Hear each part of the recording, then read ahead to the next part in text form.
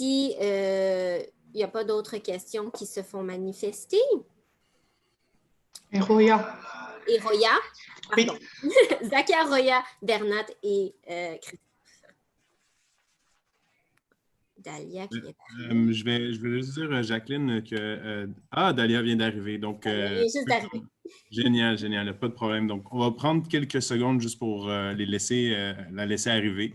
Puis, je vais laisser à Bernat se présenter. Bonjour tout le monde. Bonjour Dahlia. Bonjour. Hello, Dahlia. Bonjour. Hello.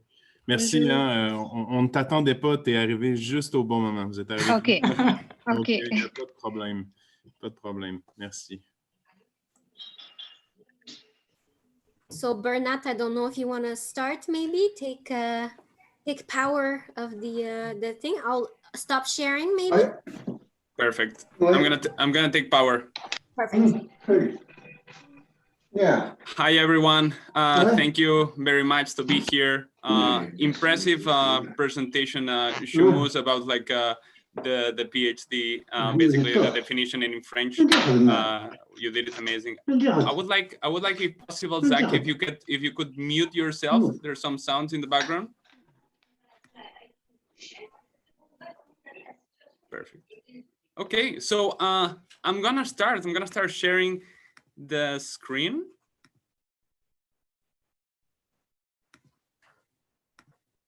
Perfect. I hope everyone can see. So thank you very much all to be here. I think it's the first CRIR student welcome day that we do in this virtual setting. And as Dr. Archambault said in the beginning, I think this type of workshop, this type of roundtable, I think was very, very timely and very needed right now. And that's why we wanted to have like a nice provocative title, which I think it's quite interesting, especially now. So as you can see, today we're going to talk about how to keep the magic of science in a virtual world. And I think that this is the situation that we're living is a little bit surreal. So I think we need a little bit of humor and a little bit of magic. So I don't need to explain how the situation during the past months affected in many degrees in our lives in university and research and in other aspects. And basically we have seen a lot of events, a lot of research related events like classes, teaching, conferences, workshops. All of these events that before we had in person now have been either stopped, canceled, postponed, or shifted to more virtual scenarios. Fortunately, there's all these research institutions and all the universities are trying to come up with like new ideas, new strategies to keep both faculty and students engaged. And even though we are in this virtual setting, how can we not stop this magic that science has? So today we're going to talk a little bit about that. But before jumping to the discussions, basically, probably you've seen this picture today in the poster, and I think we were talking about magic, and we were talking about what we have living during the last months, and I think this picture really illustrates how most of us have felt in terms of our research activities. So here you can see these two magicians. We have Harry Potter and Ronald Weasley, and probably all of you guys know them, looking in this sphere, in this magic ball, and they see like a gray future with a lot of uncertainty. So I think we had enough of that, and when we enough of that, we're still like living in uncertain times. So we want to remove a little bit of this fog. We want to remove this fog, and we want to start thinking about potential strategies and ideas about how can we not lose learning opportunities. So saying that, let's see if I can move exactly. So first, I really wanted to welcome the speakers that they're going to be with us today. Unfortunately, Dr. Shikako-Thomas is not gonna be with us today for personal reasons. But from here, we want to basically thank her commitment. However, we have like three amazing researchers that gonna give us their thoughts and their ideas and their hands-on experience about these past years and also what's going to come up in the present, also in the future. So I wanted to welcome Dr. Ingrid Verduyckt. Is an associate professor at the School of Speech and Language Therapy and Audiology at the Université of Montréal. We have Dr. Marc Roig, an associate professor at the School of Physical and Occupational Therapy at McGill University. And we have Dr. Dahlia Kairy, an associate professor at the School of Rehabilitation at the Université of Montréal. All of them, they're in different CRIR sites in the Montreal and Laval area. So thank you all to be here with us today. Before I'm gonna pass my word to my colleague, Christophe, which is gonna explain the housekeeping rules of today's roundtable. Merci beaucoup, Bernard. Juste un petit mot, là, on était supposé avoir 4 présentateurs, mais finalement, il y a une présentatrice qui ne pouvait pas, Keiko ne pouvait pas, donc elle s'excuse, puis on comprend très bien qu'elle ne pouvait pas être là aujourd'hui. Alors moi, ce que je voulais vous parler, c'était un petit peu comment que ça allait fonctionner. Évidemment, on aimerait ça travailler de façon bilingue, puis moi, je vais m'occuper de faire le plus possible une traduction en temps réel là, des points les plus importants qui sont soulevés pendant la discussion. On a 3 sujets qui vont être discutés. Donc, le premier, c'est maintenir les activités de recherche. La deuxième chose, c'est comment continuer à communiquer la science, puis aussi le réseautage. Et on va avoir environ 15 à 20 minutes là, par sujet, 15 à 20 minutes de discussion par sujet.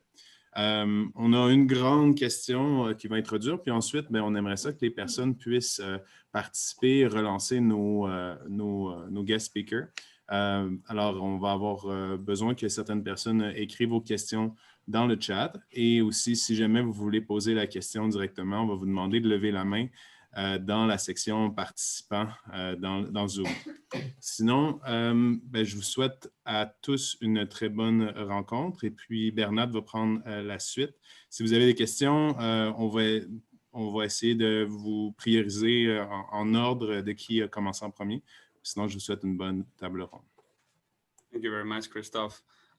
So today there was like many topics when we were talking with my colleagues here in the committee. We had many topics that we could cover. However, today we're going to focus in 3 main areas: research, science, communication, and networking, which we think that are big main areas that have been affected and also that can define our current and our future careers as researchers and students. And probably the speakers today have like a hands-on and very first-hand like thoughts about these 3 main topics. And also they probably can provide us like some guidance and try to bring this magic again of science in these 3 main topics. So I'm gonna stop sharing the screen so we can see our faces.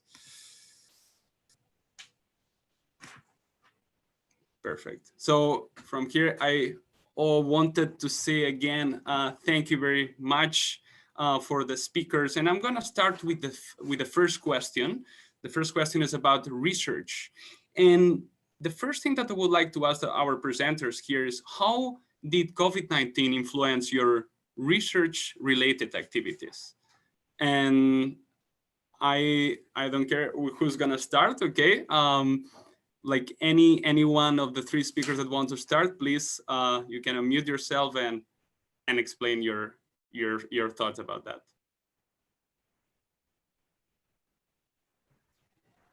I can start. Thanks, Marc. First of all, I want to apologize for the connection. I'm in the lab and my connection is not very good, so I apologize if you cannot hear me well. So COVID influenced our research quite a lot.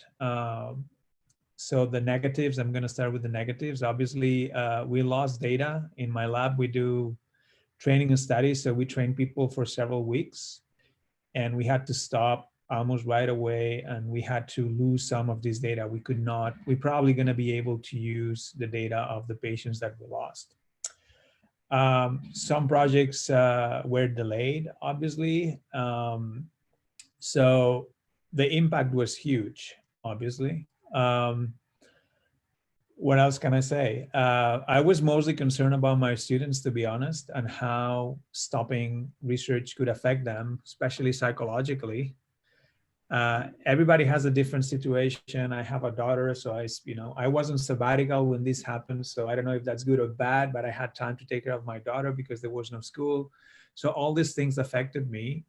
But I also want to see this as a good, I think I had some opportunities to do things that I normally do not have time to do because I'm very busy. So I wrote more grants, I wrote more papers, I analyzed data that I had on my desk that I could not analyze.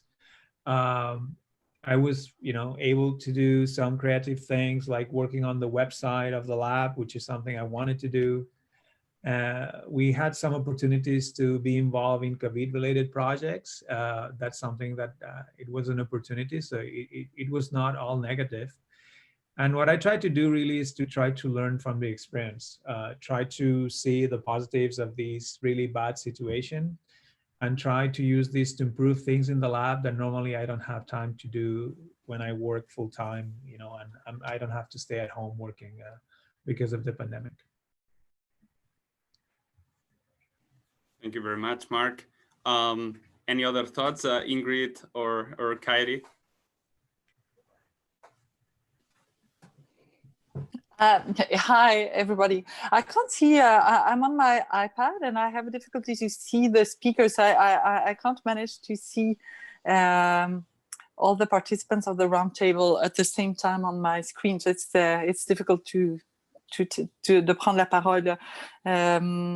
Dahlia, est-ce que c'est correct si je parle? Je vois pas le visage des gens. Je parle Oui, vas-y, je parlerai après, pas de problème. Ok, excellent.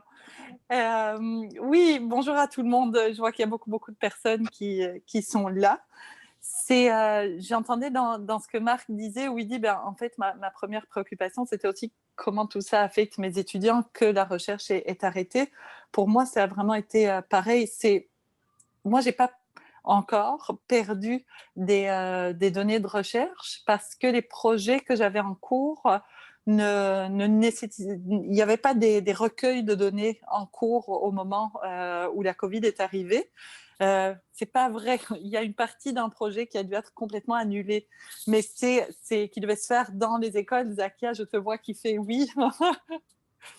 On devait étudier une salle calme qui venait d'être installée dans une école, dans un projet relié au bruit dans les écoles, et ça, évidemment, ça a été, c'est impossible, c'est pas possible, ça va pas être réalisable dans les temps, mais c'était un projet qui arrivait au bout, c'était comme un petit extra de ce projet-là, donc il n'y a pas de choses qui me font mal au cœur, qu'on n'ait pas pu, on a perdu des données, ou on a des choses qui vont vraiment mettre en danger la continuité du type de recherche qui se fait au labo. Ce que je remarque, moi, comme enjeu au niveau de la recherche, c'était effectivement, c'est comment faire fonctionner les étudiants dans un labo qui n'existe pas, dans quelque chose qui est immatériel, comment est-ce qu'on garde la dynamique autour de la recherche. Et j'ai vu dans vos topics que c'est ce qui vient vers la fin, le networking. Et je pense, pour moi, c'est ce qui vient en premier, que c'est comme sans networking, il n'y a pas de recherche parce qu'il n'y a pas d'idées qui peuvent se faire, il n'y a pas de raison d'aimer faire des choses. Donc, c'était ça la première priorité, comment faire exister ça. Moi, de mon côté, mon labo a vécu une expansion très forte pendant la période de la Covid, où, contrairement à Marc, au niveau familial, j'ai 3 enfants, 2 qui sont tout le temps à la maison, un conjoint, on partage des espaces. C'était difficilement gérable. Donc, c'est un moment où, au contraire, je n'ai pas été productive du tout sur le plan de l'écriture, de demande de fonds, au contraire. Mais j'étais très productive sur la mise en place d'un sentiment d'équipe au labo. Et ça, j'en reparlerai dans la prochaine chose. Et ça, c'est grâce aux étudiants qui font partie du labo et de leurs idées aussi sur comment le faire fonctionner. Mais pour la recherche, une question que moi je me pose et ce que je vois que je fais pour le moment, avec les étudiants qui se joignent au labo, c'est que je remarque à quel point la situation où c'est difficile d'avoir accès à des sujets humains, c'est compliqué d'imaginer des projets de recherche où on va échanger, être en communication réelle avec des êtres humains. Eh bien, ça influence le type de projet que je propose à mes étudiants de faire, les étudiants qui sont au TD. Je remarque que d'un coup, j'ai beaucoup de revues de littérature en cours au labo. C'est génial, c'est très bien, mais c'est là, en prenant un peu de recul, je me dis à quel point est-ce qu'on fait de la recherche parce que c'est possible de la faire, ou on fait de la recherche parce qu'elle est nécessaire à faire, et comment est-ce que ces choses s'alimentent mutuellement. Donc, c'est le type de questionnement avec lequel je vis pour le moment. Voilà. Bon. Thank you very much, Ingrid. Hi. So, Ingrid, should I talk in French or English? As you want, Dahlia. Is really how you feel more comfortable. Yeah. So, Ingrid, I'm so happy to hear that you weren't necessarily more productive during COVID. I would say I think I'm in a bit of a similar situation as your research. My area of research is telemedicine, in particular telerehabilitation, technologies in rehabilitation. So not just telerehabilitation, but one of the main ones is telerehabilitation, virtual reality. And as you can imagine, with COVID, it became, I don't want to say more relevant, but more top of mind, and people were interested in it and wanting to see how they could either use it or what the latest data was on it, best practices, etc. So the research in that area really took off. Now, I had projects in that field, but they were impacted by the pandemic, and students were involved in those studies. So they had to rethink their studies, rethink what parts of the studies they were going to use for their PhDs or their masters, and that's definitely challenging, and I'm sure was very destabilizing. One thing I'm certain about is, having gone through this, for the students who have gone through this, who have either had exams during this time, examen de synthèse, meetings with their committees, etc., it's going to develop a humongous sense or ability for resilience, and for being able to think a little bit outside the box and think of other options and other possibilities for their research, or other implications of their research, and how they can take it in either in a different direction or a step further. So while right now it's difficult, I think in the long run, there will be, really nice consequences of this, if we can say that, unexpected good consequences, but definitely challenging, absolutely. So, for example, some of the studies where we were doing randomized clinical trials, so we had some components in person, some components not, we had to rethink, what do we do with the in-person part? Does the study stop, or do we rethink it? But what does that mean scientifically? How do we keep the scientific rigor? And how is this eventually going to be all taken into account in the data analysis and the presentation?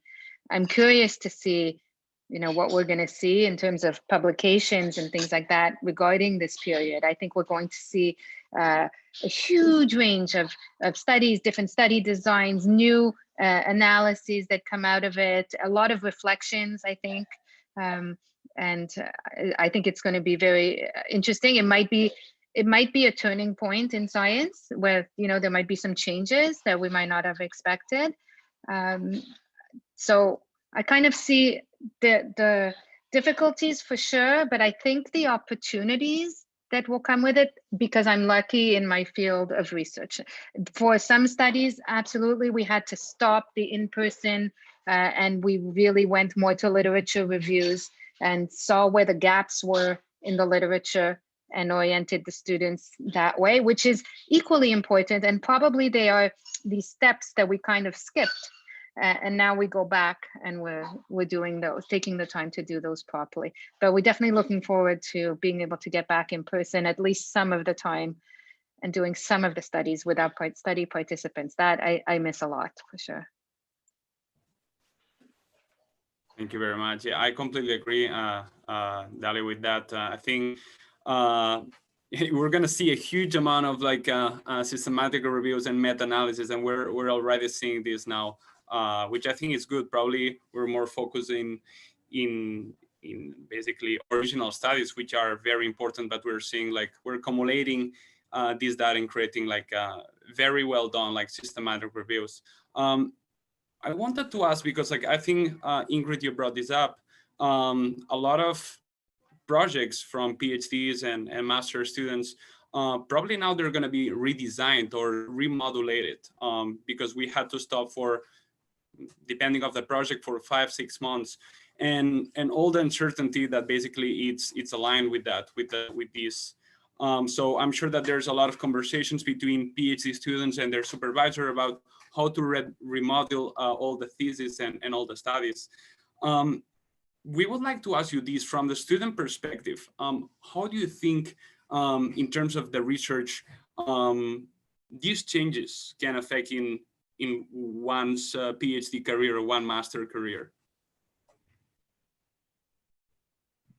So did you want an answer from someone in particular? Did you go to Ingrid necessarily, or we all answer? Yeah, like anyone that had like any specific thought. Okay.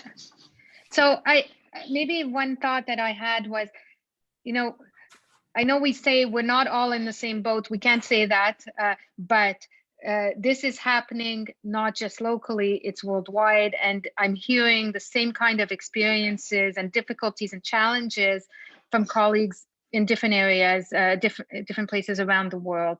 So I think that in terms of, you said, how is it going to impact on the PhD studies and their career? It might take them in directions they hadn't expected. That's a possibility. I think that it's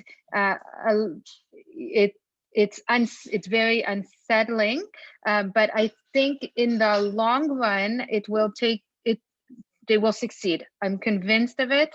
I think they will succeed beautifully, and I think that they'll be able to adjust to various circumstances. So that's like a bonus skill. I also think it allows a lot of opportunities at the moment for networking.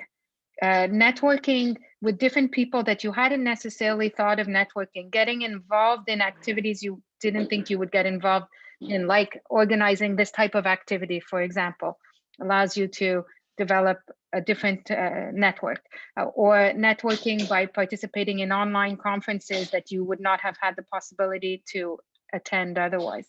So in that sense, it can be rich for the future for the students' future careers. Mark, you wanted to say something? Yeah, if I was a student, I will go to my supervisor and I will ask for a plan B. I think you need to discuss this. And if you haven't, I will, now probably supervisors will hate me, and this is something that I learned, by the way, but I think at least psychologically for the student too, it's important. And it depends on the project. For example, Bernard is doing a training project that really, there is no escape. He has to finish the whole project to collect the data, you know, but still we can discuss things, and we cannot predict the future with this, obviously. And we've learned, all of us, I think we've learned that. But I think psychologically it helps a lot if you have a plan B. Okay, if they shut down the lab again, we really need to have something in place. I don't think it's a good idea to wait until this happens, because psychologically it's very, you know, it's not a good situation. So I will really ask, you know, my supervisor, hey, I'm concerned about my projects. Now things seem to be okay, but what if? And I will not wait for this. I will, and I know that you cannot maybe decide now, but it's good to have some sort of plan B because I think flexibility is the word here. And I think we all understand, students need to understand flexibility too, because sometimes Dahlia was saying, maybe we're gonna propose you something new, guys, because we see the opportunity and you need to maybe accept it. But I think we also understand that we need to be flexible with your PhDs, and we need to, you know, try to adapt to this situation. But go and speak with your supervisors if you haven't done so.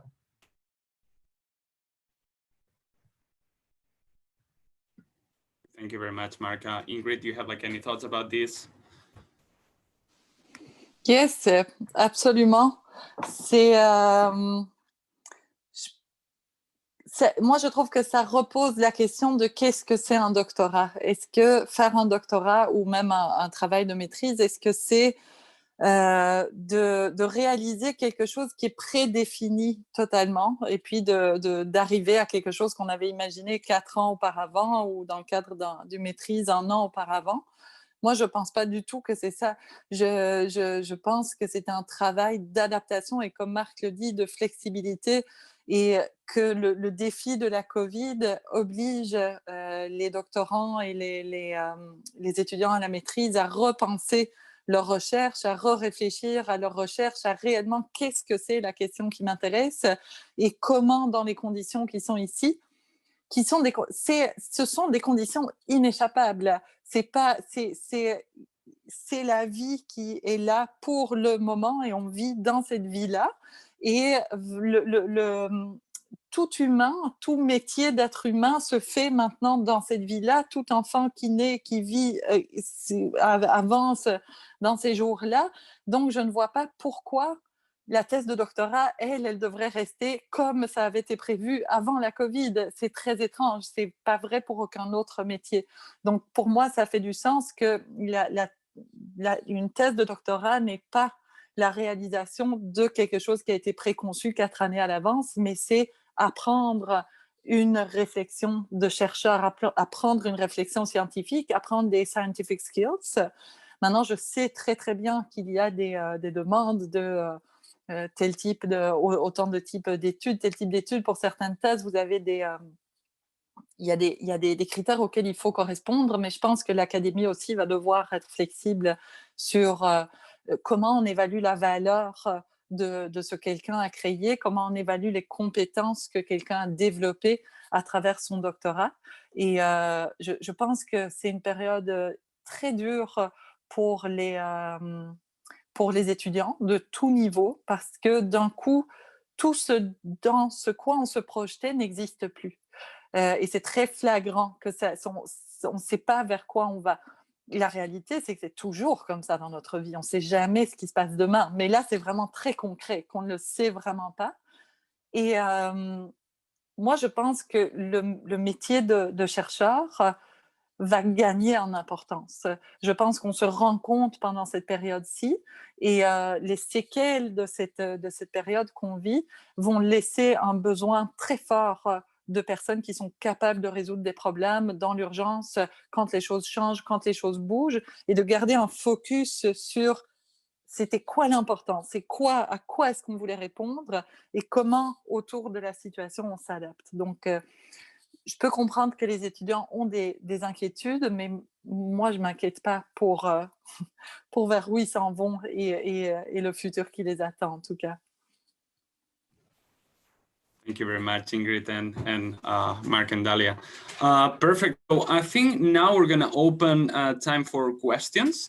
So I think we'll have time for only one question, unfortunately, because we're going to have to jump to the other topic. But as Christopher was saying before, if you have any questions, you can either write it to the chat or leave your hand here in participants. And Roya, I think you're gonna select one or the first one. Or so if you have any question regarding what we've been discussing now it's your time.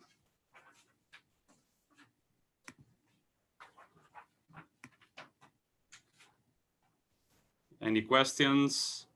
Any burning questions? Okay, so I think I have a question. So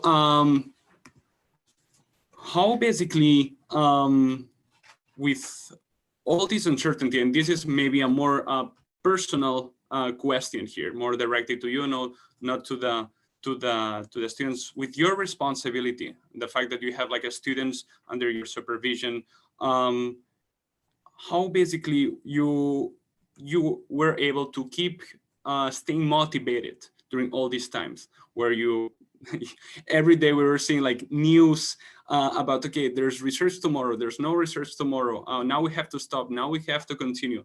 How you were able personally to keep being motivated during all these previous months?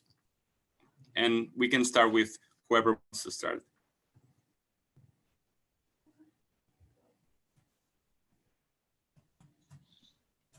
I can maybe start. I don't know. So I think part of a researcher's career, that career path are, well, one clear thing are deadlines. And a lot of those, while some of those got pushed, some of those were still there. So there was, and the teaching. And we still had our obligations for teaching, whether it's graduate studies or in the professional programs. And the importance of physiotherapists, occupational therapists, were all three of us from the health sector, speech language pathologists in the healthcare system is really clear. And the fact that we had to, prepare for the teaching that was going to come, we can't just say, well, this year the students will take a year off and we're going to wait for this to pass. We need to have these healthcare professionals in the health system. Kind of, I don't know if I want to say forces you, but it keeps you on track. There's something to having a routine in these very destabilizing times that helps. And I think it helps with my kids. I think it helps with me, for me personally, and I think it helps from a work perspective. So I don't know if I would say that's what keeps you necessarily motivated, but keeps you on track and able to put things in perspective and keep going. And there's something reassuring about accomplishing things that you set yourself to do, and you're able to do them, and you take your steps forward. Might be smaller steps than expected, but for me, that's what helps me. Yeah, I agree 100%. I think, so one thing is motivation and the other thing is keeping the routine. And from my perspective, the most important challenge perhaps was that my routine went south. So, and that really can be very silent but disturbing, because you wake up, you go, you take the car, you go to the lab, and you drop your kid to school. I mean, these things change, and you don't have cues, so everything goes completely. And that's why when I talked to the students, I said, every week I want you guys to send me a list of things, goals, milestones that you want to achieve this week. Most of them didn't use this, but I thought, okay, that's the way for them to keep a routine. Okay, that's one thing, and I agree with you completely that's absolutely essential. The other thing that I did is do new things that I couldn't do when I was, I created a podcast, which probably is gonna be a joke, but I created a podcast for my students, so now I interview people across Canada, experts in exercise physiology, and I just upload it in my courses, and they can listen to the experts. So I found time to learn new skills and things that I didn't have time to do earlier. And I think that helped me to keep the motivation, up. Yeah.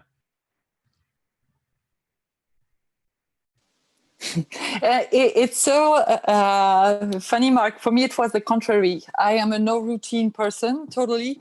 And the way for me to get through this pandemic until now, fingers crossed, was to develop a routine that I never had before. And apart from the obligations of teaching and everything, but around that, no real routine.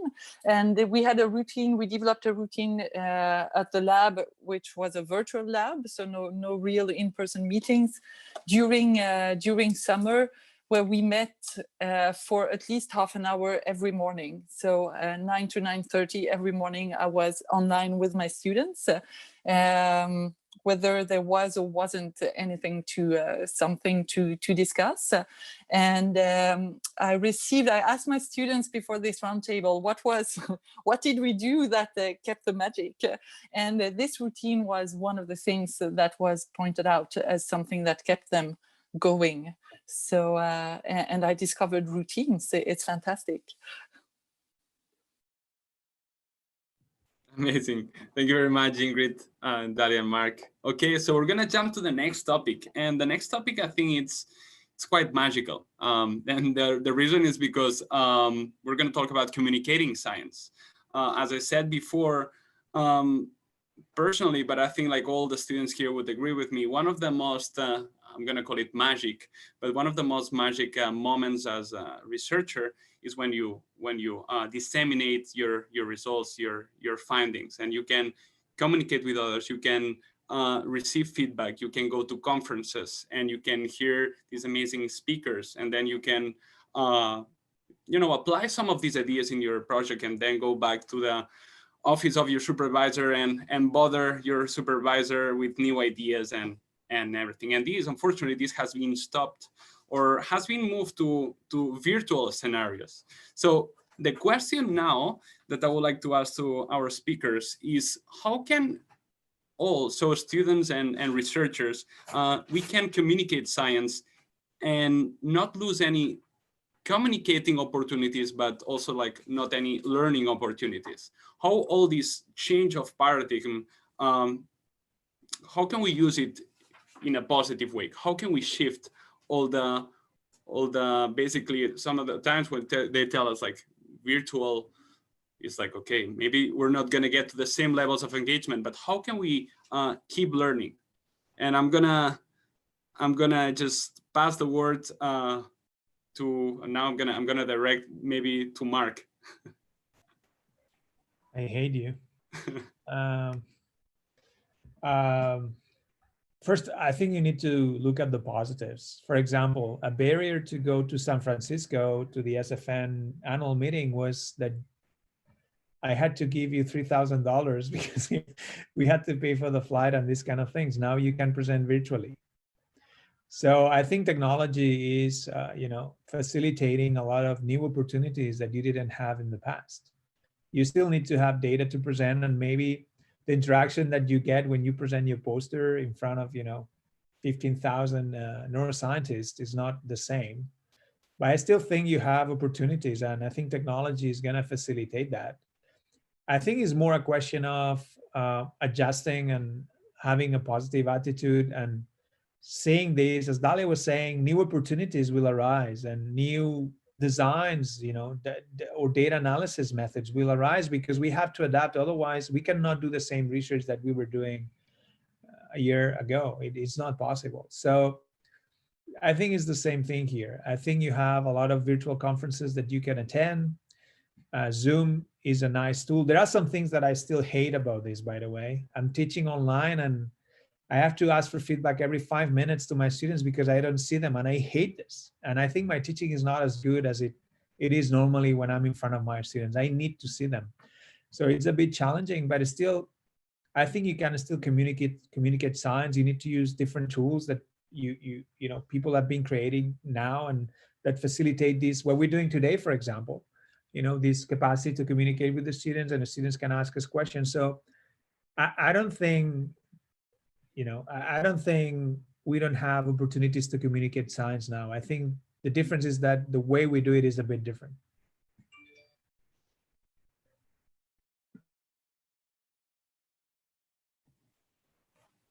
Dahlia or Ingrid?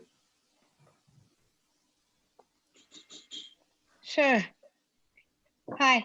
Okay, let me put this back in. So sorry about that. So I agree fully with the new opportunities, and I think there's new opportunities for communicating, also for communicating results. I had a really interesting experience in June or July, I can't remember, participating in an online conference for e-health in pediatrics. We were invited to speak, and they had 1,800 participants from around the world. So I don't think I would have ever been able to do that at any conference. I don't think there were 1,800 people listening to me, but there were 1,800 participants in the conference with simultaneous presentations, and the organizers had it structured in such a way that people could have access to presentations at different times. And so other people might have seen it, and there were discussion boards. I saw a lot of opportunities. I think it's going to lead to very interesting, innovative ways of communicating, which is, I think, it will be very nice and a nice opportunity for being a little bit more, I guess, global in our research approaches. I would say it's also been an opportunity to learn new skills for me too. So we never stop learning, even as a researcher. And one area of interest with telerehabilitation has been to see how people are using it at the moment. Because of the huge uptake, we get to see how it's used sur le terrain, on the ground in a real context. And so we're looking at doing a large and extensive survey, and that's not a methodology I'm familiar with. So I'm learning as I go along. So I think we, as students, they'll be learning new skills that they would not necessarily have picked up before, both for research and communication skills. And even in their ongoing career, whether it's in research or other related areas, I think they'll be continuing to develop new skills. We still continue. Thank you, Dahlia. Ingrid, do you have like any thoughts about like communicating science? Very similar to what I've heard Dahlia and Marc saying. Je pense que c'est, on va vraiment repenser les espaces. À quoi servent les espaces? Est-ce qu'on a besoin et comment est-ce qu'on les utilise? Donc, par exemple, Marc faisait l'exemple, on n'a pas besoin de vous envoyer au congrès à San Francisco, ça nous fait gagner $3 000 par étudiant. C'est beaucoup pour des fonds de recherche, on peut en faire autre chose. Comment est-ce qu'on utilise cet argent-là? Comment est-ce qu'on réinjecte cet argent-là toujours dans la communication, mais différemment? On est, pour ne pas se dire, alors on a... oui, comment est-ce qu'on réutilise le budget de la communication pour créer des nouvelles manières de communiquer? Et puis, je pense que le in-person communication est super importante, mais peut-être pas pour faire des présentations de podium ou de posters, parce que ça se fait très bien par Zoom aussi. Donc, peut-être que c'est des autres manières de faire des rencontres. Peut-être que c'est plus des collaborations, des ateliers, des ateliers d'idéation pour générer des nouveaux projets internationaux, interdisciplinaires, et que là, on se dit « Oh, là, ça vaut la peine les $3 000 pour aller à LA ou à San Francisco », et on y va, mais qu'on se dise « Pourquoi encore est-ce que c'est qu'on se met avec un PowerPoint derrière notre tête et qu'on est devant une audience de 30 personnes ou de 100 personnes en fonction de la conférence? Pourquoi on fait ça? Pourquoi on fait ça? Parce que c'était une manière de faire et qu'on n'avait pas d'autre endroit pour faire ça. Aujourd'hui, tu as plein d'endroits pour faire ça. Tu le fais sur Zoom, tu peux t'enregistrer sur tu fais sur ta page Facebook en real time, tu streams, tu le fais, tu as plein de manières de le faire. Donc, il faut qu'on réimagine à quoi servent nos espaces et comment est-ce qu'on fait ça. Et là, on va bien s'amuser à réfléchir à ça.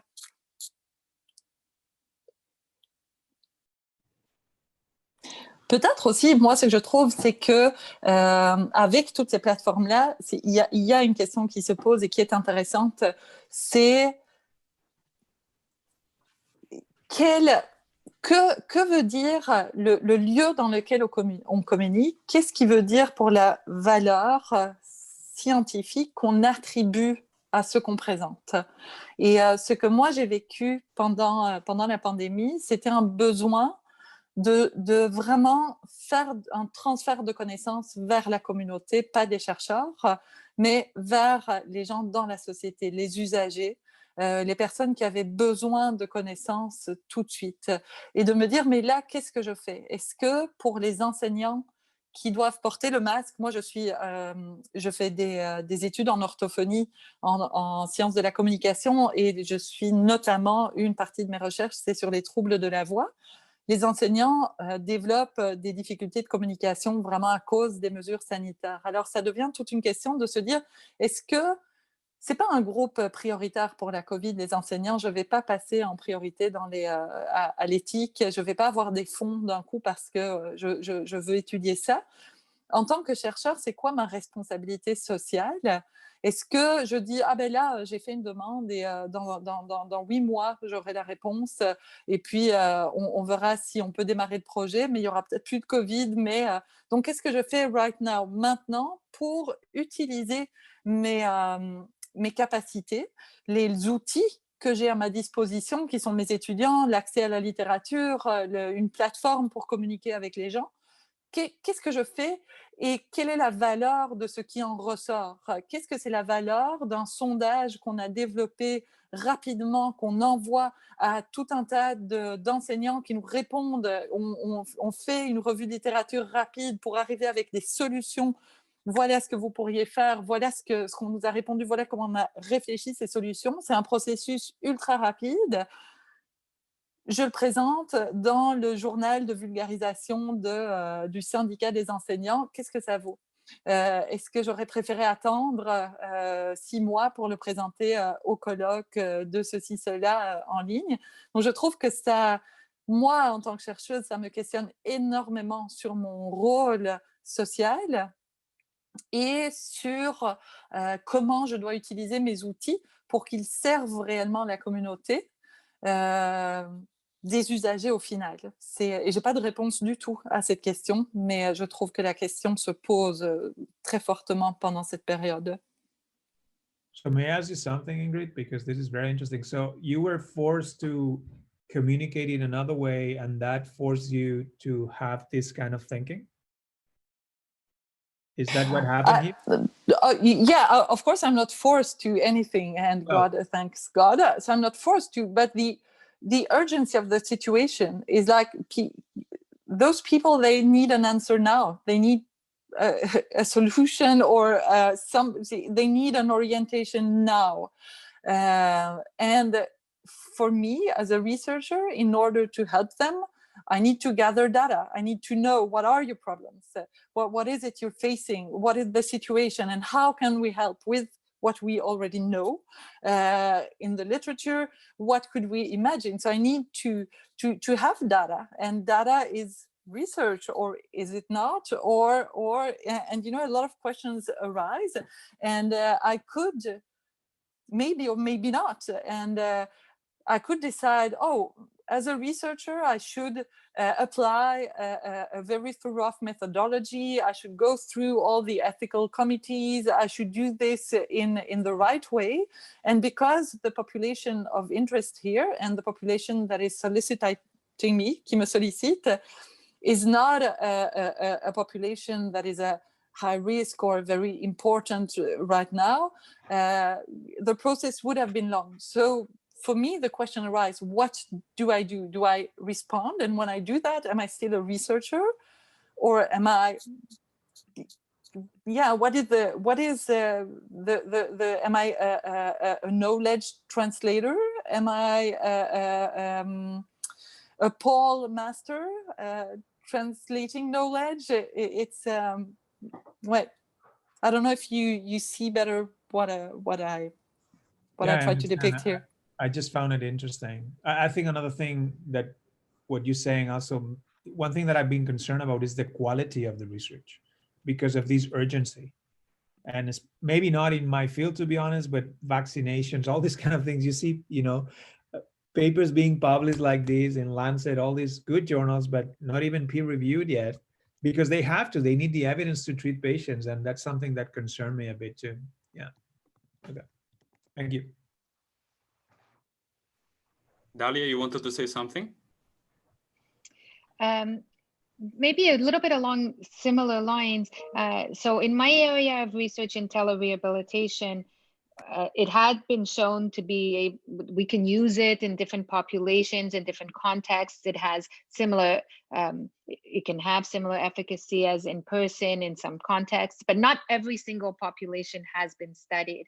And with the COVID, what was interesting is people who had COVID and had pulmonary or cardiac or other consequences of COVID could benefit from rehabilitation, but it wasn't necessarily obvious that they would have access to rehabilitation services because it was in person and in-person services were limited. And also because that patient population hadn't necessarily been identified as a population that could benefit from rehabilitation. So talking a little bit to the fact that we don't necessarily have yet all the evidence in the literature. So what do we do with that clinically? How do they make their decisions? So I work closely with a team in Sherbrooke that had been already starting to develop and using telerehabilitation with different patient populations. And they quickly turned around to be able to provide telerehabilitation to COVID, to people who had severe consequences of COVID in areas that they were familiar with. So the pulmonary rehab, for example, general deconditioning, and started to provide services. And we thought, what can we document? What can we evaluate for now so that we can contribute to this field and not say, oh, well, we don't know. We don't have any data on that. We'll have to wait. So what can we do in small steps? And I guess more, I don't even want to call it pilot studies necessarily, but pragmatic research designs, so that are in a real context. So someone goes home and does not have access to internet. What does that mean? How do we get it to them without setting it up all perfectly in a lab setting? So I find that interesting, and I think we're going to see a lot more about regarding pragmatic trials or pragmatic type of studies, but for sure it's going to affect the discussion about the quality of the research and what is acceptable, what's not. And I don't have answers to these, but I think that's the kind of questions that are going to be raised. Thank you very much, Dahlia. And that was an amazing discussion. We have time for one question. If anyone wants to ask any question to the speakers, you can either text on the chat, or you just can unmute yourself if you want and ask a question. I have a question. The subject kind of weaved around a little bit with that discussion, but if we come back to the presentation online, we have access to presenting our information in many places to a lot more people, I find, online. However, I feel like when I'm speaking online, I don't have that same connection with people. And it comes down a little bit to what Marc touched upon, like the quality of what we're teaching, or the quality of what we're saying, or even the quality of the listening, I find is slightly affected by the situation, or by the transfer, the way that the information is transferred. So do you guys have tricks? Do you guys have comments on this? Am I alone feeling like this? I feel like today I was leading the beginning, talking to you guys, and I know you guys are there, and I know some people are listening to me, but I just feel like there's a connection that it's much harder to do online, even though there's more people there. So yeah, that's the general question that I have. Yeah, maybe I can speak about this. I feel the same way. And I don't think online will replace face-to-face. But what I'm doing with the online is I'm learning skills that will improve my face-to-face teaching. I can tell you that. It's changing my like the podcast, for example, these kind of ideas. I've never thought of this. Well, I thought of the podcast in the past, but I didn't have the time. Or for example, the polls, that we use in Zoom. I've never used polls, and now I have to go and learn how to do this in Zoom. So I agree with you. I don't think there are things that we can do online. I don't think it's the same. And I don't think we should force this, because it will never be the same. I have some information about McGill, for example. The students have been, I wouldn't say complaining, but they've been, they have some concerns about the quality of the teaching. Why? Because they don't enjoy the teaching as when we do it face-to-face. And now McGill is pushing to do the teaching face-to-face in the next term, because the students are not satisfied. And I understand that. So I don't think you're alone. I feel exactly the same way. But what I'm trying to do is, okay, since I'm being forced to teach online because I cannot do this, I'm going to maximize this. I'm going to learn as much as possible. And then some of these tools will remain in my face-to-face teaching. That's the only solution that I can give you. But you're not alone at all. Ingrid, I think you wanted to say something. Yeah, truly. And I think definitely, Jacqueline, when you're saying the listening is not the same either, it's different for me as well. I'm not listening in the same way. And that's why I think also the Zoom and the Teams and all that stuff, we're going to think them differently, because when I listen to a real good podcast, Mark, so I will go and listen to yours, I am listening, and the quality of the listening is really good. Even if I'm making pasta during my listening, it's good. And it's good because there is a scenography to the podcast, and it's a sound scenography, and it's a rhythm scenography. You create a space with your podcast, and you have to. I'm sure, Mark, you're thinking about your podcast. You're not just doing it. You have a montage, and so the modality of radio is. You need a scenography. When we're watching TV, there is a scenography. Even when we're watching the news, it is a scenography. And when we are doing Zoom as teachers, we are not scenographers. We have not been taught to be scenographers. And I think that it is something that we need to develop for online teaching je trouve ni mes mots en français ni en anglais. I can do it in Swedish if you want, but you don't want that, pour assurer a quality of the teaching. And it is totally different when we're not in person. And today I was in person. I did a workshop with 23 students.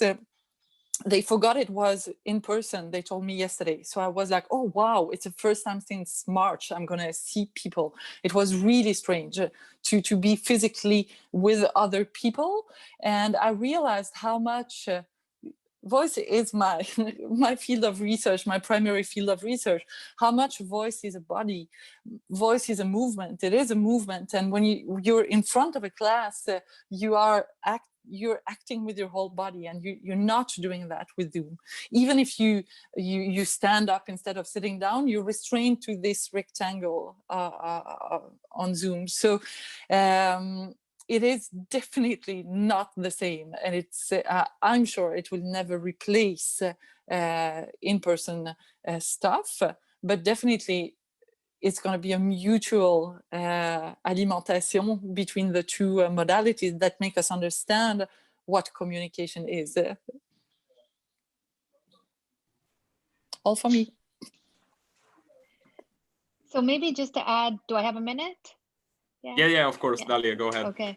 So I really like, Ingrid, how you describe that. And I think it puts words on things that we've noticed and realized and don't know why we perceive Zoom or other online sessions in that way. And I think it's very similar to what I hear and see for telemedicine. So for clinicians who have to interact with their patients online, there's these same kind of issues of it not being the same, and why is it not the same, and what do I need to think of, and they're not trained to do that. So I think as part of our training in graduate studies, and maybe as researchers too, that will probably become a little bit more part of the training at some point.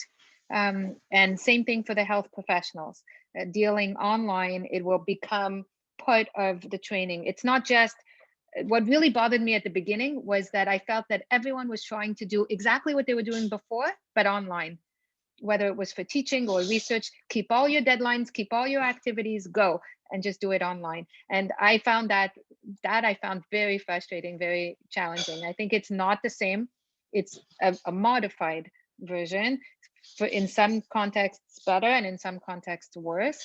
And hopefully at the end, we're going to keep what's good from it and put it together with what was working well before. So a hybrid kind of model, I would think, would be the direction that we'll eventually go in. But it's definitely, Jacqueline, I hear that a lot. I feel it too.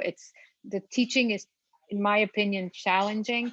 In my courses, I was there sitting through the conferences when the speakers were there and it went well. And when it was my turn to do it, I don't think I could do a good job. I find it, and I was also challenging by the end of the semester to not know the students in the same way. So it's we're going to learn and we're going to improve. I think it was, we're good for a first time, but we'll get better at it.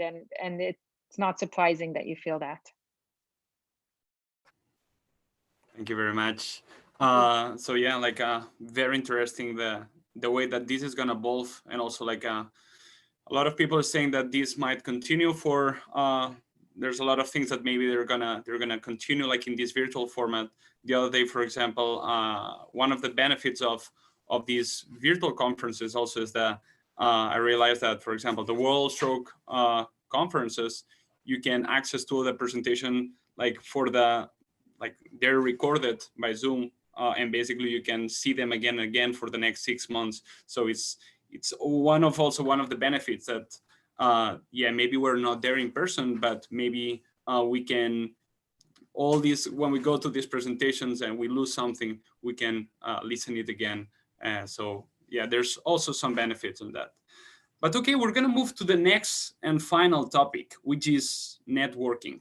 And I think it's very related with the previous topic, because I'm sure when you went to different conferences or poster presentations, you basically create some connections. We spoke with other PhD students. You were able to create connections with other researchers. So this now it's more complicated. I think like Dahlia was saying, or I think Dahlia was saying the one of the benefits now is that we had more time and more opportunities to reach people that before we could not to. However, I think also when there's these spaces, these social spaces where we can network and meet people from our field. The question here that I would like to direct is that how can all of us, I would put all of us like in the same boat, like PIs and also PhD students, postdocs, masters, how can we keep expanding our networking in these virtual settings? And anyone that wants to jump in, what are your thoughts about? I kind of start saying I have no idea. I have no idea. I mean, I could just give you an answer like use all these platforms, but honestly, I have no idea. I think it's very challenging. I think the fact that you cannot network easily, I think you need to use this to, for example, a lot of students do not network and they don't think about networking enough. I don't think about networking enough. I'm not a good networker myself because the way I am, I'm a shy guy. It's not easy for me to approach somebody, you know. So that's the only thing that I see you can use in your advantage. But in terms of the quality of the networking, I think this virtual environment is far, far away from optimal, to be honest. That's my opinion. Marc, I'm so surprised. You're doing a podcast. You're interviewing a lot of people. You don't consider that networking? Yeah, that's true. That's true. Maybe it's just to counterbalance my shyness. I don't know. I don't see it as a network. But for me, it's very difficult to go to a conference. You know, the classic networking, shake a hand. Hey, I know your work, and you probably know. This is impossible for me. I don't know how to do this. I'm really bad at it. Podcast is easy. I can hide behind the mic, but the classic way, I don't do it well. Well, it's super interesting. It's really super interesting. Yeah, really interesting. Thank you, Marc.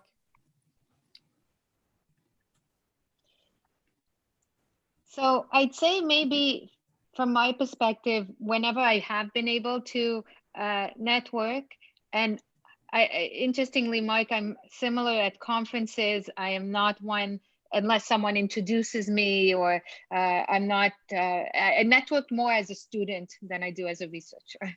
That's what I found. But I find that it's important to seize opportunities, and sometimes you have no idea where they're going to lead to.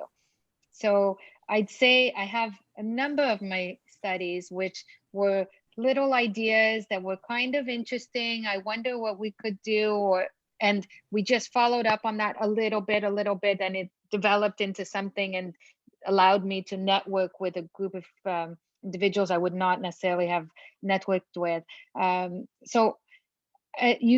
In my opinion, I find that I don't know where things will necessarily lead to. I can't do everything, but and I try to make sure that there's a link among everything I'm doing.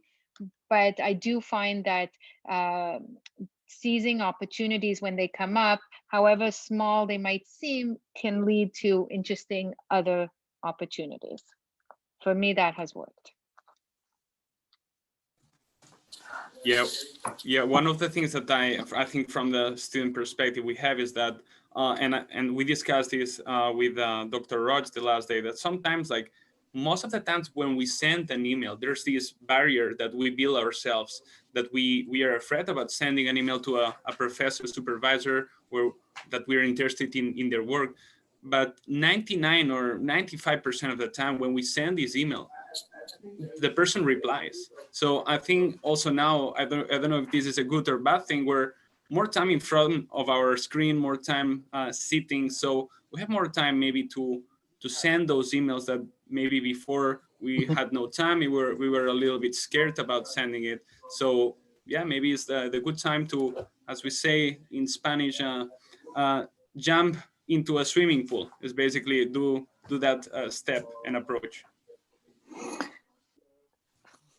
If I can rebondir sur ce que tu viens de dire, Bernat, c'est I've heard this before, the like shying away from writing to somebody, specifically a professor or a researcher you don't know, and something that has helped me as a student, and even now when I'm contacting people, and I'm a very shy person, and at the same time I have developed skills that make that a lot of people think that I'm a big extrovert, which I'm not. It's really a lot of work to not being just very introvert. But a thought, a way of thinking that have helped me, it's that if you send an email, the worst is the person is not going to answer. It's really the worst that can happen. And when I was like looking into my brain, what am I afraid of? I was kind of afraid of maybe I'm sending this email and then this professor is going to notice my name and like maybe print it out, like this person, if ever she contacts me again, or I see her work, or I read something, or she's at a conference, I would know she tried to reach me and I was not interested. That is kind of never going to happen. And this was my fear. I realized like, oh, what am I afraid of? Oh, I'm afraid of some kind of shaming. Oh, you tried to reach me. What were you thinking? And that will never happen. And as you said, most of the time they will reply. And what I really tell my students, send a first email and then 10 days later send another one as a reply from your first, saying, oh, I'm sure you have a lot of work to do, I'm just taking my chance sending this again if ever it disappeared in your inbox. Because oftentimes the students that I reply to quickly, it's because their mail arrived at a small time frame window in my day where I had these 5 minutes to answer, and it was visible on my screen as a new mail. And the students I don't reply to are the ones who unfortunately arrived when I was doing something else, and when I looked at my mails, their mail is already 100 mails under buried. And these are the mails I sometimes never even see, and I'm like, if somebody is dying, they will write me again. And so really my advice is never hesitate. And not a question is too small or too stupid, and not an opportunity to participate is too small. Like, you want to contribute to our research center's roundtable on research magic? Yeah, definitely. So any kind of little thing is always a good opportunity, even for a professor or researcher. Yeah, go ahead, Dahlia. Maybe I would add one thing. What's interesting is more and more people obviously are more comfortable with online now. And that could also be an opportunity for networking. If you've reached out to a professor or something and you've started to talk to them about their research, you can suggest a brief meeting online and actually meet with them. And I don't think that would have been acceptable a few months ago. It wasn't an approach that people were necessarily comfortable with and saw you know, automatically that they would be, you know, comfortable offering to someone or accepting. I think that I would imagine, I don't know, that in the next while it's just going to become automatic. You know, if we're going to exchange a little bit, well, let's do it online.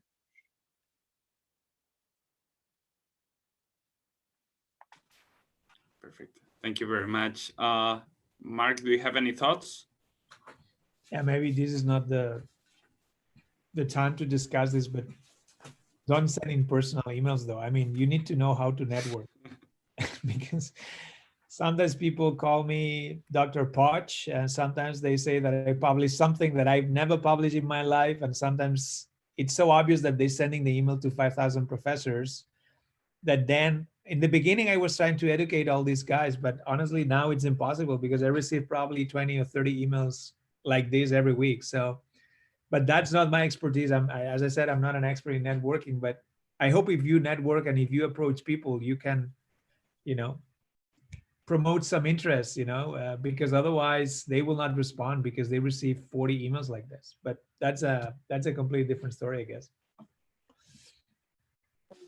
No, but I think it's interesting that you're mentioning that because for me as well, I didn't even think about these kind of emails. I'm really like thinking these kind of emails, and you receive quite a lot of them right now, and you're like, no, dental pediatrics, it's not me.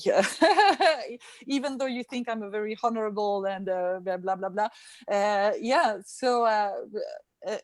Maybe we should send some of those emails to our students so you could see what is it we receive that we think is like just what, and then trash, and what kind. Maybe that could be a nice atelier where we as professors and researchers could share like, oh, I received this email and I was like, yay, definitely I'm calling you tomorrow to speak.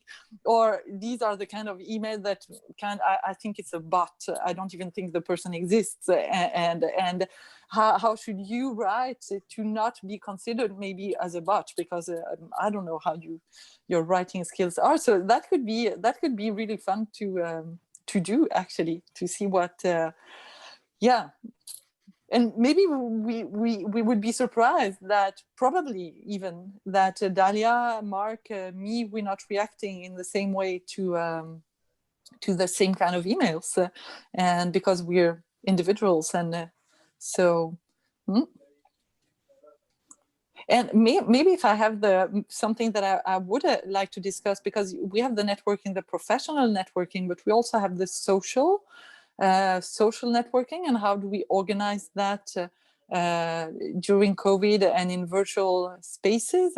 And my students who wrote back to me after I asked them if they wanted to share something, so I'm going to speak for them here. I think some of them are here, but it's we created a kitchen in our teams. We're working with teams, and my thinking was that we can't just have working spaces.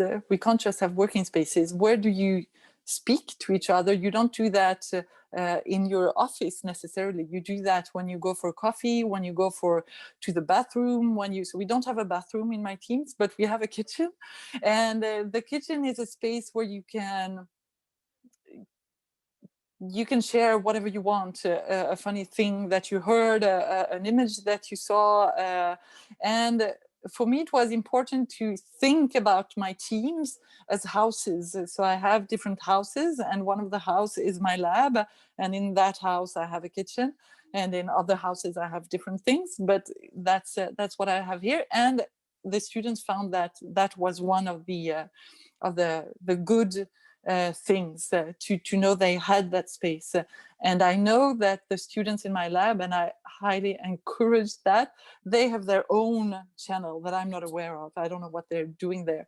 And I think it's very important also that we encourage our students to create spaces that are not ours, because in a lab you would have that naturally, because you would meet students. But here with the shared spaces, I can see everything that happens in the kitchen, even when I'm not there. You can't have a secret in the kitchen. So, but you can have it maybe on the other line. So that's one of the things. Thank you very much, Ingrid. I think the next level is that we're able to transfer real food through like virtual. That would be amazing to send some tortillas and spaghetti, but I think we're not there yet. You are you not the generation who that have been playing on Minecraft and Roblox? Am I kind you know? I'm a little bit too old but... for that. But no. I there's no. I think it's my generation. Yeah. Okay, because I see my daughters playing a lot of on Minecraft and on Roblox, for example, and they have all these meeting spaces with all of their virtual friends and their avatars, and they're going everywhere, and they're like, okay, no, but I'm going to play in the shop with this and that person that I've never seen in my whole life, and in the shop we have discussions about a lot of different things, but we're making pizza and we're selling pizza because it's our game. And then we're out on the marketplace, and they're really moving around. And that is my dream team of the future, where we can actually move around in real spaces. So hopefully we're going towards that.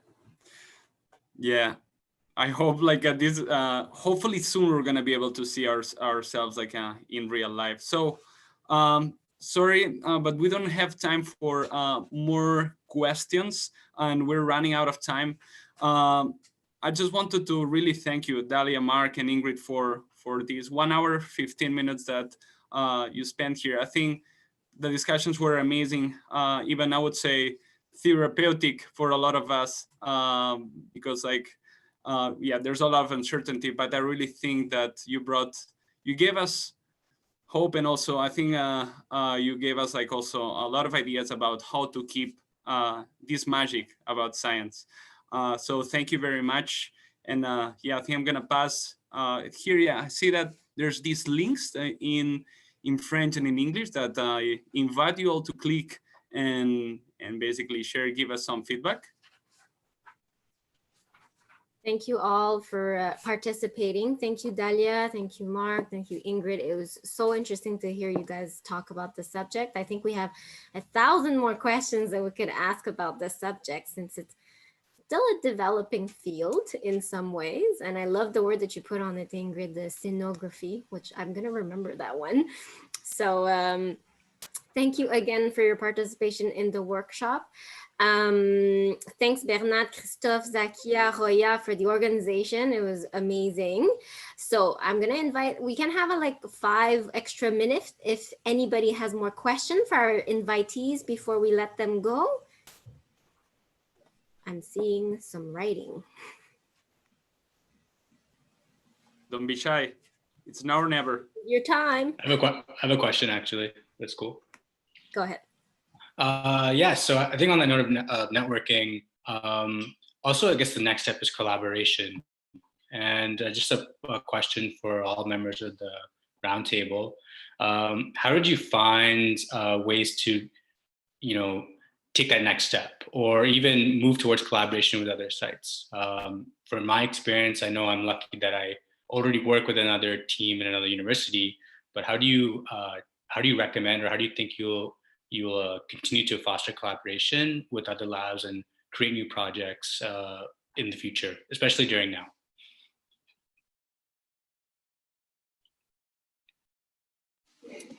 A quick word. I think it's, for me, I have a sense it's made easier.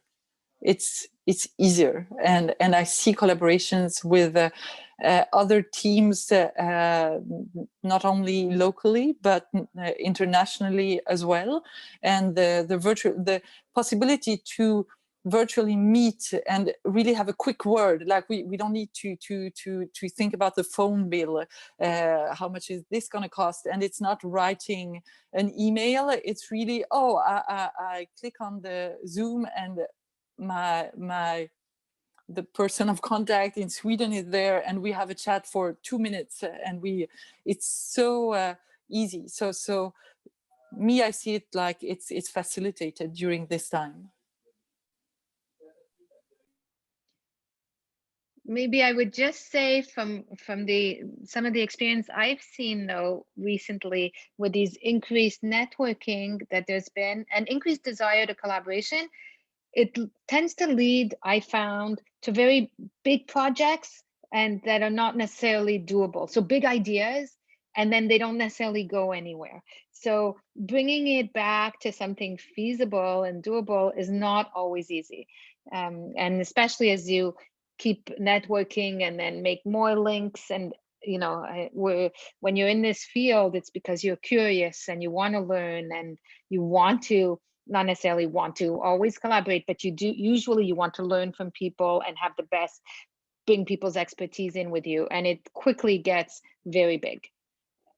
So just maybe not to make you not do that, but just a little warning to be careful, to be cautious.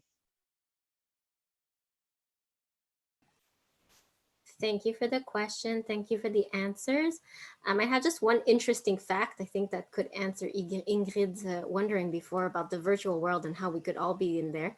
Actually, in the animation world, people use the VR Quest and to be all in the same room physically, and they actually draw things and they all at the same time can work at the same time on the same project. So I think it's happening soon.